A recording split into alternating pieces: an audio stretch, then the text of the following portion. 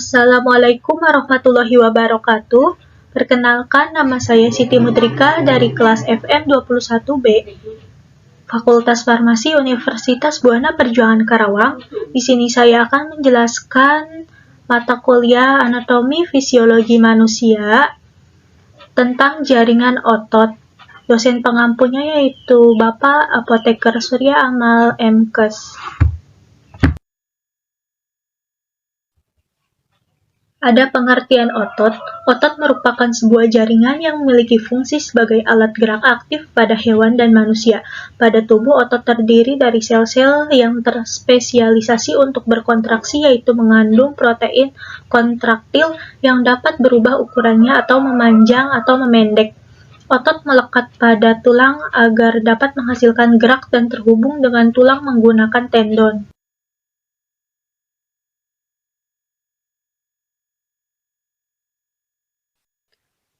Karakteristik otot. Tiap serabut otot banyak daripadanya dikelompokkan merupakan otot memiliki 4 sifat. Yang pertama ada iritabilitas atau otot memiliki kemampuan menerima dan menanggapi bermacam rangsang.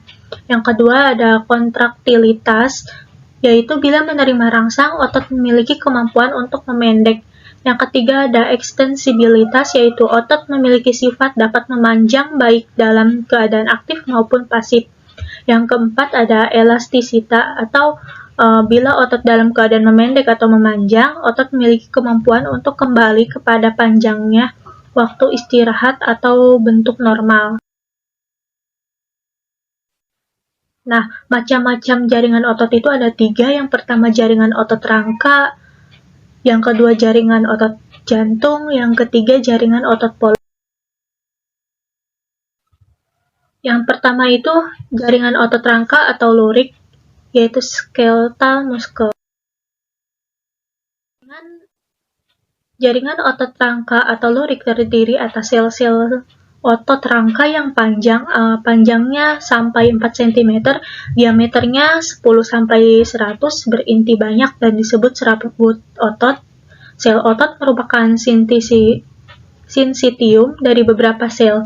Nah, bagian-bagian penyusun dari otot rangka atau lurik adalah yang pertama ada sarkolema, yaitu membran plasma. Yang kedua ada sarkoplasma atau sitoplasma. Yang ketiga ada nukleus. Terdapat beberapa nukleus pada setiap sel dan letaknya berdekatan dengan sarkolema. Yang keempat ada mitokondria, yang kelima ada retikulum endoplasmik, yang keenam yaitu miofibril yang terdiri dari filamen tipis yang disebut aksin dan filamen tebal yang disebut dengan miosin. Ciri-ciri otot rangka atau lurik.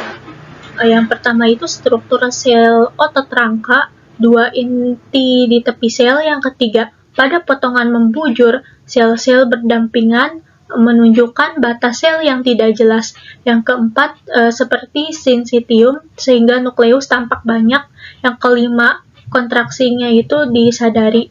Nah, jaringan ikat atau otot lurik yang mengelilingi serabut otot dinamakan endomisium, yang mengelilingi berkas otot dinamakan perimisium, dan yang mengelilingi kumpulan berkas otot dinamakan epimisium, atau jaringan ikat paling luar yang membungkus berkas-berkas otot. Yang kedua, ada jaringan otot jantung atau cardiac muscle.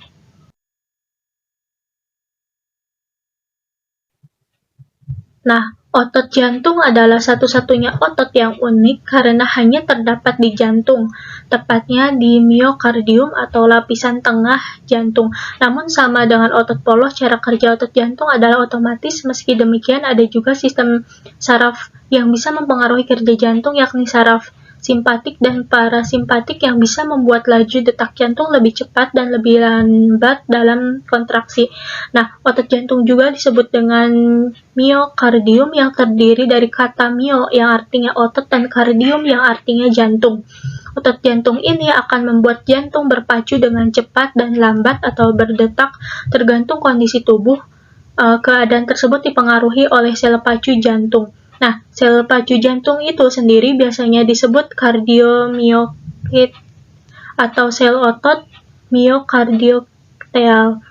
Di dalam sel pacu jantung ini biasanya berisikan 1, 2, 3, atau bahkan 4 inti sel, meskipun sebenarnya jarang juga otot jantung yang memiliki 3 atau 4 inti sel. Nah, jaringan otot jantung ini mempunyai ciri khas, yaitu sel-selnya berbentuk silinder, saling berhubungan dengan hubungan khusus atau bercabang-cabang. Terus juga pada sel ada garis-garis gelap dan terang seperti otot rangka. Yang ketiga, sitoplasma mirip otot rangka atau lurik. Yang keempat, ada nukleus terlihat jelas di pusat sel atau di tengah. Yang ketiga, ada jaringan otot polos atau smooth muscle. Otot polos itu mempunyai ciri-ciri, yaitu yang pertama, selnya pendek berbentuk gelendong atau kumparan dengan ukuran panjang 30-200 dan diameter 5-10. Yang kedua, ada setiap sel memiliki satu nukleus pipih yang terletak di tengah. Yang ketiga, kontraksinya lambat dan diatur oleh saraf tak sadar. Yang keempat itu terdapat aktin dan miosin yang merupakan unit fungsional untuk kontraksi otot.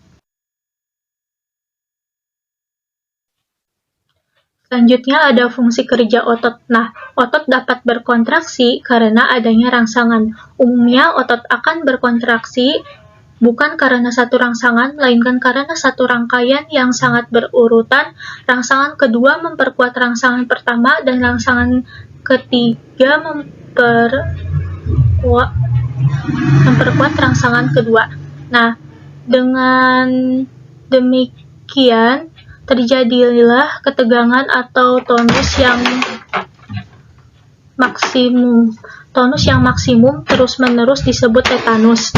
Selanjutnya ada dua tipe otot, yaitu otot merah dan otot putih. Otot merah kaya akan suplai darah, mengandung mitokondria dan mioglobin.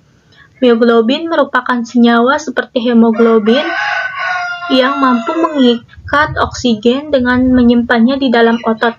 Otot merah juga mengoksidasi asam lemak untuk memperoleh energi. Sebaliknya, otot putih memiliki sedikit darah.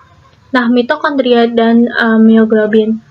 Akan tetapi, otot putih terspesialisasi untuk melakukan pernapasan anaerob untuk menghasilkan energi tanpa oksigen sehingga cepat berkontraksi meskipun cepat lelah.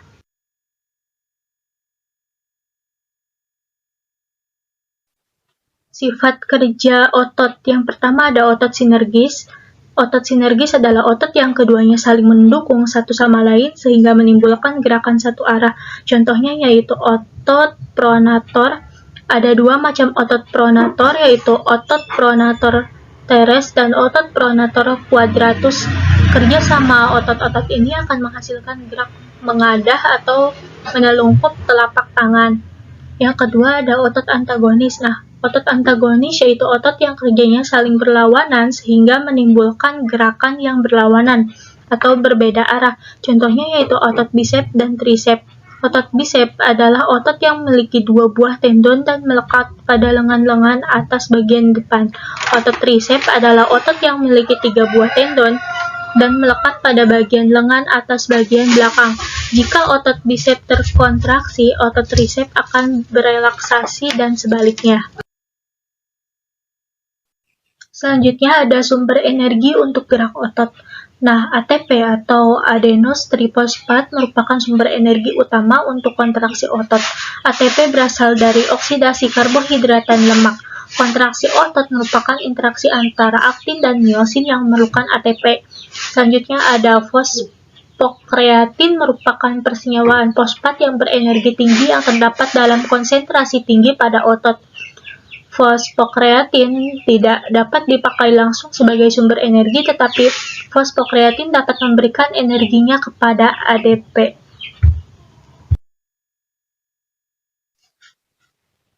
Selanjutnya ada gangguan pada otot. Yang pertama ada hipertrofi, adalah gangguan yang timbul akibat otot berkembang menjadi lebih besar. Hipertrofi disebabkan oleh aktivitas otot yang kuat, berulang-ulang dan terus-menerus serta nutrisi yang banyak. Biasanya terjadi pada orang yang gemar berolahraga atau bekerja keras. Yang kedua ada tetanus, adalah gangguan berupa kejang otot, yaitu otot terus-menerus mengalami kontraksi akibat serangan bakteri Clostridium tetani. Yang ketiga ada kram, adalah gangguan berupa otot yang tiba-tiba berasa tegang sulit digerakkan, dan disertai nyeri. Kram dapat terjadi karena kurang lancarnya aliran darah ke bagian tubuh tertentu, udara dingin, kekurangan vitamin B1, B5, dan B6, ketidakseimbangan elektrolit dalam tubuh terutama natrium dan kalium, atau tidak melakukan pemanasan yang benar saat akan berolahraga. Thank you for your attention. Wassalamualaikum warahmatullahi wabarakatuh.